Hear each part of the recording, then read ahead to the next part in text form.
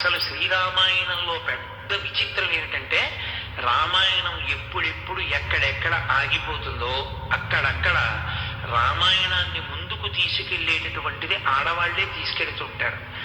ఆ స్త్రీ ప్రవేశం లేకపోతే రామాయణం ఆగిపోతుంది.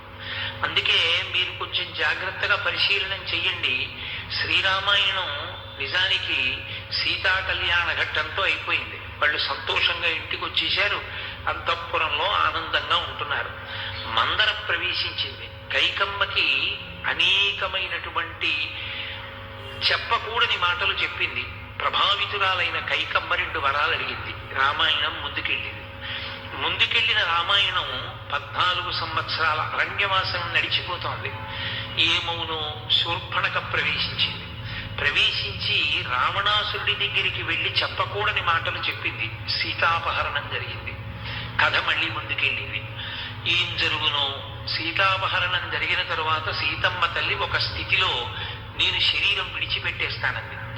త్రిజట తన స్వప్నాన్ని చెప్పింది. మళ్ళీ రామాయణం ముందుకెళ్ళింది. కొంత ముందుకెళ్ళిన తర్వాత ఒకానొక సందర్భంలో యుద్ధకాండలో రామచంద్రమూర్తి స్పృహ తప్పి యుద్ధభూమిలో పడిపోయి ఉంటే రాముడు మరణించాడని పైనుంచి పుష్పక విమానంలో తీసుకొచ్చి చూపించి నమ్మబలికారు. సీతమ్మ తల్లి భర్త శరీరం విడిచిపెట్టాడనుకుని ప్రాణం విడిచిపెట్టవలసినంత స్థితికి వెళ్ళిపోయింది.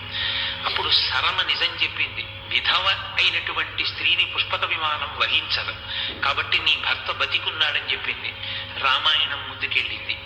రామాయణం ఎక్కడ ఆగిపోతుందని అనుకుంటామో అక్కడ ఒక స్త్రీ ప్రవేశిస్తుంది. ఆ స్త్రీ ప్రవేశించిన కారణం చేత రామాయణం ముందుకెడుతుంటుంది. రామాయణంలో అదొక విచిత్రం. కాబట్టి సీతారామ కళ్యాణ ఘట్టం కనుక ఆ విశ్వామిత్ర మహర్షి దగ్గరికి వెళ్ళారు. రామలక్ష్మణ సహితుడైనటువంటి విశ్వామిత్రుడు. ఎందుకని? రాముణ్ణి